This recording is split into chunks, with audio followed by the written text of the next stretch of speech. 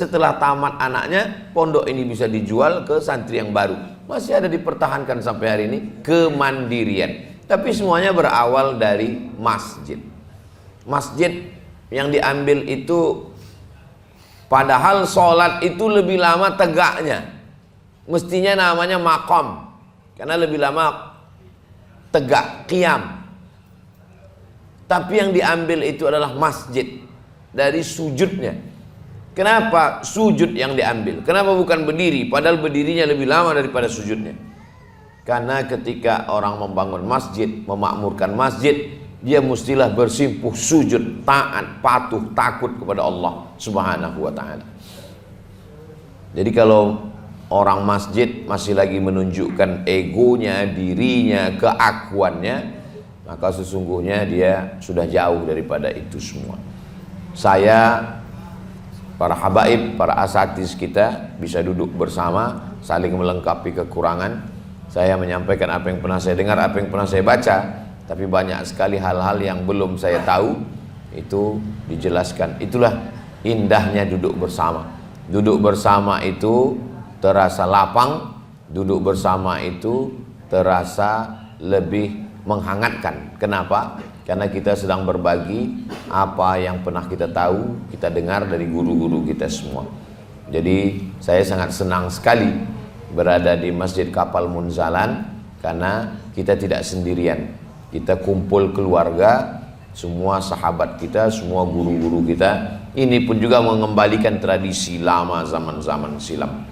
Zaman dulu para ulama itu kalau dia lihat muridnya itu sudah selesai belajar, apa kata Imam Malik bin Anas, meninggal 179, wahai Muhammad bin Idris Asy-Syafi'i, carilah guru yang lebih alim daripada aku. Ini ada beberapa keping uang emas, pergilah, belajarlah. Tradisi itu yang sedang dihidupkan sekarang.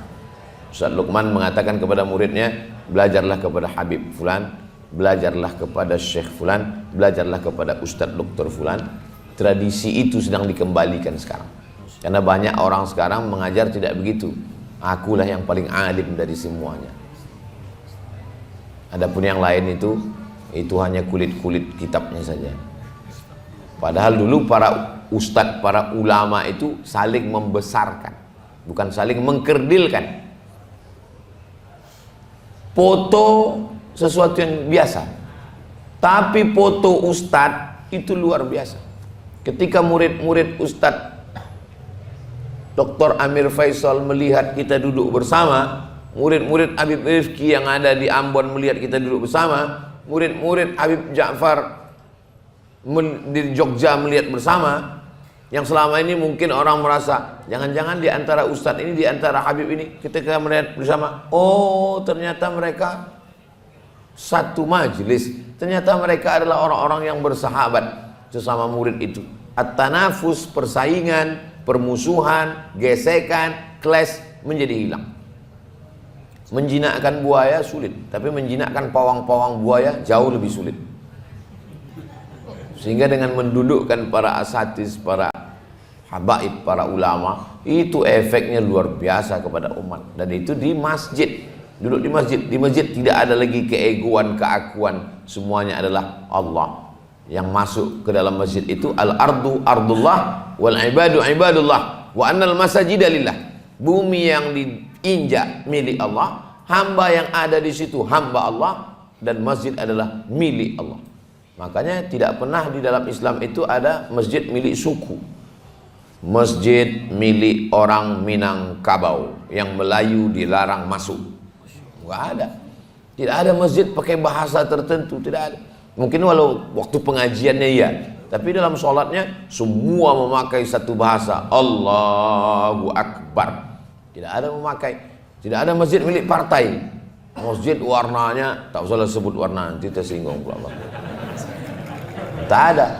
Jadi kalau ada orang partai mau buat masjid, ya buat aja. Tapi masjid itu tetap dengan bentuknya, dan masjid tidak menolak yang namanya peradaban.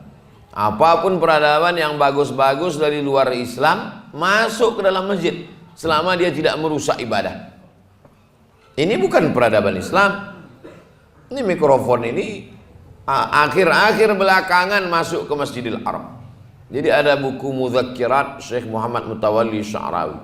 Kebetulan ketika mikrofon masuk ke Masjidil Haram ini saat Syekh Muhammad Mutawalli Sya'rawi menjadi dosen di Makkah Al-Mukarramah. Beliau mengajar 15 tahun di Makkah. Ketika itu pemerintah Saudi Arabia mengharamkan mikrofon masuk ke dalam masjid karena mikrofon ini bid'ah, wa kullu bid'atin dhalalah wa kullu dhalalatin finnar, karena tidak pernah dipakai. Masuk Syekh Muhammad Mutawalli Sya'rawi kepada ulama yang mengharamkan mikrofon. Kebetulan dia sedang membaca Quran. Ditanya Syekh Muhammad Mutawalli Sya'rawi, antum yang mengharamkan mikrofon? Iya. Syekh yang sedang baca Quran itu pakai kacamata. Kata Syekh Muhammad Mutawalli Sya'rawi, hadza mukabbirus surah wa hadza mukabbirus shaut. Ini mukabbir surah, ini memperbesar gambar, sedang ini memperbesar suara. Yang memperbesar gambar halal, kenapa yang memperbesar suara haram?